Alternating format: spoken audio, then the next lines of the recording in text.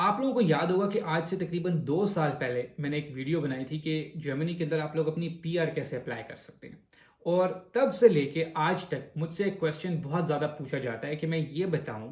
कि क्या जर्मनी के अंदर हम लोग डुअल सिटीजनशिप रख सकते हैं या नहीं, स्पेशली अगर हम नॉन ईयू कंट्री से आते हों। तो उसका आंसर जो है वो आज से पहले तक यही होता था कि नहीं, आप लोग नहीं रख सकते हैं। लेकिन अब गुड न्यूज़ है, और गुड न्यूज़ ये है कि आज से 3 दिन पहले जर्मनी की जो फ्यूचर कोalition गवर्नमेंट है वो फाइनलाइज हुई है। और आप लोगों को याद होगा कि 26 सितंबर को जर्मनी के अंदर फेडरल इलेक्शंस हुए थे, और मैंने एक वीडियो भी बनाई थी और उसके अंदर मैंने आप लोगों के साथ शेयर किया था अपना एक्सपीरियंस कि जब मैंने फर्स्ट टाइम वोट कास्ट किया था जर्मनी में एज अ जर्मन सिटीजन। तो उससे 2 महीने लग गए इन कोलिशन टॉक्स के अंदर, और फाइनली 3 पार्टीज जो हैं वो मिलके जर्मनी की अगली गवर्नमेंट बनाएंगी, जिसके अंदर है एसपीडी, ग्रीन्स और एफटीपी। और ओलाफ शुल्स को उन्होंने जर्मनी का अगला चांसलर जो है वो अनाउंस किया है। तो जो कोलिशन गवर्नमेंट है उन्होंने अपनी रेजोल्यूशंस प्रेजेंट किए हैं कि जैसे ही हम अपनी गवर्नमेंट स्टार्ट करेंगे तो कौन कौन से कामों को हम प्रायोरिटी देंगे या कौन से काम जो है वो हम सबसे पहले आके करेंगे। उसके अंदर उन्होंने ये गुड न्यूज़ दी है और उन्होंने ये बताया है कि अब वो ये लॉ लेके आएंगे कि जर्मनी के अंदर आप डुअल नेशनैलिटी रख सकते हैं अगर आप नॉन ईयू से या आउटसाइड ईयू किसी कंट्री से आते हैं, जो कि एक बहुत अच्छी न्यूज़ है। क्योंकि जो ईयू के अंदर की जो कंट्रीज़ हैं वो तो ऑलरेडी पहले ही, अगर आप ईयू सिटीज़न हैं, जैसे कि आप स्पेन के सिटीज़न हैं या इटली के हैं, तो आप स्पेनिश पासपोर्ट और जर्मन पासपोर्ट रख सकते हैं। तो नॉन ईयू के लिए ये बेसिकली एक प्रॉब्लम था, जो कि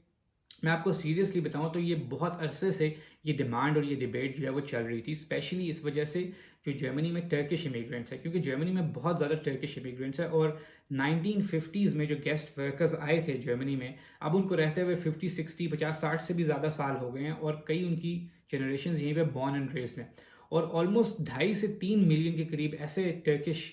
जर्मनी के अंदर रह रहे हैं जो अभी तक जिनके पास जर्मन सिटीजनशिप नहीं है। क्योंकि एक तो ये उसकी बड़ी रीज़न है कि ये बड़ा एक इमोशनल कनेक्शन होता है कि अपनी बर्थ सिटीजनशिप जो है वो कोई भी इतनी आसानी से रिनाउंस नहीं करना चाहता। दूसरा ये उसके अंदर खाली एक ये रीज़न नहीं है, उसमें ये भी वजह है कि बहुत सारे उनमें से ऐसे भी हैं जिन्होंने लैंग्वेज रिक्वायरमेंट्स पूरी नहीं की, तो इस वजह से वो अप्लाई भी नहीं कर सकते जर्मन सिटीजनशिप के लिए। उसके अलावा ब्रेक्सिट के बाद जो बहुत सारे ब्रिटिश जर्मनी में रह रहे हैं उनको अपनी ब्रिटिश पासपोर्ट जो है वो देना होगा जर्मन पासपोर्ट के लिए, तो उनके लिए बहुत ईजी हो जाएगा। फिर जो साउथ एशियंस है बहुत सारे, जैसे पाकिस्तान से हैं, बांग्लादेश से हैं। अच्छा, उसमें इंडिया जो है उसका केस जो है वो थोड़ा डिफरेंट है, क्योंकि जो इंडियन कॉन्स्टिट्यूशन है आई थिंक उसके अंदर लिखा हुआ है कि आप लोग डुअल सिटीजनशिप जो है वो नहीं रख सकते। तो वो आपको case to case I think शायद अलाउ होता हो, तो वो आपको उसमें चेक करना पड़ेगा गवर्नमेंट से अपनी। लेकिन पाकिस्तान का जो है वो कई मुल्कों के साथ ये एग्रीमेंट है जहाँ पे आप पाकिस्तानी सिटीजनशिप के साथ साथ और भी मुल्कों की सिटीजनशिप रख सकते हैं। दूसरा, उसके अलावा अच्छी जो उन्होंने एक और न्यूज़ दी है जो उनकी रेजोल्यूशन में है, वो है कि जर्मन पासपोर्ट की जो एप्लीकेशन का प्रोसेस है, यानी कि जो एप्लीकेशन रिक्वायरमेंट्स हैं उसको उन्होंने बहुत ज़्यादा कम कर देना है। अभी जो रिसेंट रिक्वायरमेंट्स है वो ये है कि आपको 8 साल वेट करना पड़ता है, और सर्टन कंडीशंस में आप 7 साल में भी एलिजिबल हो सकते हैं। तो वो उन्होंने कहा है कि वो 8 साल से नीचे ले आएंगे 5 साल तक, और 5 साल तो वो नॉर्मल बना देंगे कि 5 साल के बाद आप एलिजिबल हो जाएंगे पासपोर्ट अप्लाई करने के लिए। लेकिन अगर आप सर्टन कंडीशंस मीट करेंगे, जैसे स्पेशल इंटीग्रेशन कोर्सेज अटेंड करेंगे या कोई और टैक्स की कंडीशंस फुलफिल करेंगे, क्योंकि वो लॉ अभी लाएंगे, वो टेबल करेंगे, बुंडसटैग में रखेंगे पार्लियामेंट में, फिर वहाँ से वो अप्रूव होगा, उसमें वो एग्जैक्ट लेके आएंगे कि वो क्या कंडीशंस होंगी। तो वो 3 साल में भी अगर आप स्पेशल कंडीशंस मीट करेंगे तो आप सिटीजनशिप अप्लाई करने के लिए एलिजिबल होंगे 3 साल के अंदर भी। तो यानी आप ये देखें कि वो 8 साल से 5 पे ले आए और स्पेशल कंडीशंस के साथ 3 पे ले आएंगे, तो जो कि बहुत ही एक ईजी प्रोसेस हो जाएगा। आप इमेजिन करें कि अगर आपने यहाँ से पढ़ाई की है, टैक्सेस दिए हैं, सब कुछ आपने किया है, विद इन 3 ईयर्स आप अपनी सिटीजनशिप भी रख सकते हैं और साथ आप जर्मन सिटीजनशिप के लिए भी अप्लाई कर सकते हैं। क्योंकि देखें, उनको ये पता लग रहा है काफ़ी अरसे से कि स्किल्ड वर्कर्स, ये हम सबको पता है, कितने हम आर्टिकल्स और वीडियोस देखते हैं, इसके ऊपर हज़ारों वीडियोस बन चुकी हैं, कई अरसे से बन रही हैं कि जर्मनी को स्किल्ड वर्कर्स जो हैं वो रिक्वायर्ड हैं आगे। और जो वो स्किल्ड वर्कर्स यहाँ पे लेके आते हैं नॉन ईयू कंट्री से, वो जब 4-5 साल यहाँ पे रह लेते हैं, 6-7 साल 8 साल, जब वो उनकी बारी आती है कि वो एलिजिबल हो जाते हैं पासपोर्ट अप्लाई करने के, तो वो अपना जो बर्थ सिटीजनशिप है वो नहीं रिनाउंस करना चाहते, क्योंकि ये एक इमोशनल अटैचमेंट होती है लोगों की, और बड़ा एक मुश्किल प्रोसेस होता है कि आप अपनी बर्थ सिटीजनशिप जो है उसको रिनाउंस कर दें और किसी दूसरे मुल्क की सिटीजनशिप ले लें, in spite of the fact कि आप वहाँ पे काफ़ी अरसे से रह रहे होते हैं। खैर ये एक बड़ी अलग एक टॉपिक है, ये अलग डायरेक्शन में चली जाएगी बात। तो वो करते क्या हैं लोग कि जब वो इतना अर्सा जर्मनी में रह लेते हैं तो वो फिर और मुल्क देखना शुरू हो जाते हैं, जैसे अमेरिका या कनाडा या इंग्लैंड या ऑस्ट्रेलिया, जहाँ पे वो उन मुल्कों की सिटीजनशिप भी ले सकें और अपनी भी बरकरार रख सकें। इस वजह से उन्होंने ये भी नोट करना शुरू किया कि यार स्किल्ड वर्कर्स आते तो हैं लेकिन ज़्यादा अरसे तक रुकते नहीं और फिर निकल जाते हैं यहाँ से। तो इनको भी इस बात की समझ आ गई है कि अगर आपने स्किल्ड वर्कर्स लेके आने हैं तो आपने उनको इंसेंटिव देना है, नहीं तो वो यहाँ पे नहीं रुकेंगे। मैं भी जब आप लोगों से इंटरेक्ट करता हूँ या बहुत सारे फॉरेनर्स से मेरी बात होती है वर्क प्लेस पे या इन जनरल लाइफ में, तो वो भी यही कहते हैं कि यार स्पाउस वीज़ा में प्रॉब्लम्स आती हैं, यहाँ पे फिर सिटीजनशिप देनी पड़ती है, फिर लैंग्वेज बैरियर्स तो ऑलरेडी होते ही हैं, तो फिर ये सारी चीज़ें उनको ये सोचने में मजबूर कर देती हैं कि in spite of the fact कि अच्छी जॉब भी है, लिविंग कंडीशन सब कुछ, फिर वो अल्टरनेटिव दूसरे मुल्कों का सोचने लग जाते हैं कि अब किस मुल्क में जाएं ताकि सिटीजनशिप सिक्योर कर सकें अपनी नेशनैलिटी साथ रखते हुए।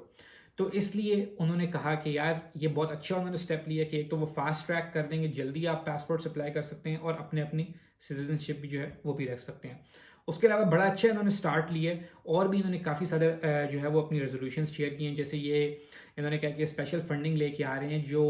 निकोटीन और जो अल्कोहल कंजम्पशन है उसके ऊपर लोगों को एजुकेट करने के लिए फंडिंग लेके आ रहे हैं। फिर कैनबिस की लीगलाइजेशन के ऊपर भी आ रहे हैं, फिर क्लाइमेट के ऊपर भी आ रहे हैं, और एक और जर्मनी के अंदर जो वोटर एज है वो भी 18 साल है, उसको ये रिड्यूस करके 16 साल पे ले आएंगे। उसके अंदर भी काफ़ी ये एक अच्छी चीज़ लेके आ रहे हैं। तो इस तरह से काफ़ी सारे इनकी रेजोल्यूशंस हैं, काफ़ी इन्होंने लंबी एक शीट जो है वो प्रेजेंट की है। तो मैं आने वाली वीडियोस में आप लोगों के साथ जो उसमें इंपॉर्टेंट चीज़ें हैं जिनका आप लोगों के ऊपर इम्पैक्ट हो सकता है फ्यूचर में या इस वक्त, वो आप लोगों के साथ शेयर करूंगा थोड़ी डिटेल में, ताकि वो भी आप लोगों को पता लगे और आप लोग उससे भी अवेयर हो। तो ये जो न्यूज़ है ये एक अच्छी न्यूज़ है, बहुत पॉजिटिव न्यूज़ है। इस हवाले से अगर आप लोगों के कोई क्वेश्चंस हैं तो वो आप ज़रूर लिखें, अगर मैं उनके आंसर दे सका तो मैं ज़रूर आंसर दूंगा। और उसके अलावा आप लोग क्वेश्चंस नहीं भी हैं तो अपने कमेंट्स लिखें, अपनी फीलिंग्स शेयर करें कि आप लोगों को क्या फील हो रहा है कि जर्मनी ने डुअल सिटीजनशिप जो है वो अनाउंस कर दी। और ये याद रखें कि अभी जब ये गवर्नमेंट में आएंगे फिर ये टेबल करेंगे बुंडेस्टाग में, फिर ये अप्रूव होगी, उसके बाद फिर जो मुल्क हैं नॉन ईयू के, जैसे पाकिस्तान है या ईरान, बांग्लादेश या जो भी चाइना, जितने भी मुल्क हैं जो डुअल सिटीजनशिप अलाउ करते हैं अपने सिटीजन्स को, उनके साथ फिर ये कोऑर्डिनेट करेंगे, फिर एग्रीमेंट होगा। तो इस चीज़ में शायद थोड़ा टाइम लग जाए, तो मगर फिर भी अनाउंस हो गया और ये उसके ऊपर इम्प्लीमेंट करेंगे। तो आप लोग अपने तासुरात शेयर करें कि आप लोगों को कैसा फील हुआ है इस लॉ की अनाउंसमेंट के बाद। और उसके अलावा ये कि यार एक और अनाउंसमेंट कि इंस्टाग्राम पे आप लोग ज़रूर आएँ जिन्होंने अभी तक मुझे फॉलो नहीं किया, क्योंकि इंस्टाग्राम के ऊपर मैं इस तरह की छोटी छोटी इन्फॉर्मेटिव स्टोरीज जो हैं वो शेयर करता रहता हूँ। और इस वीडियो में जो है वो इतना ही था, यही इंपॉर्टेंट न्यूज़ आप लोगों के साथ शेयर करनी थी। जल्द ही आप लोगों के साथ एक नई वीडियो में दोबारा मुलाकात होगी। Thank you.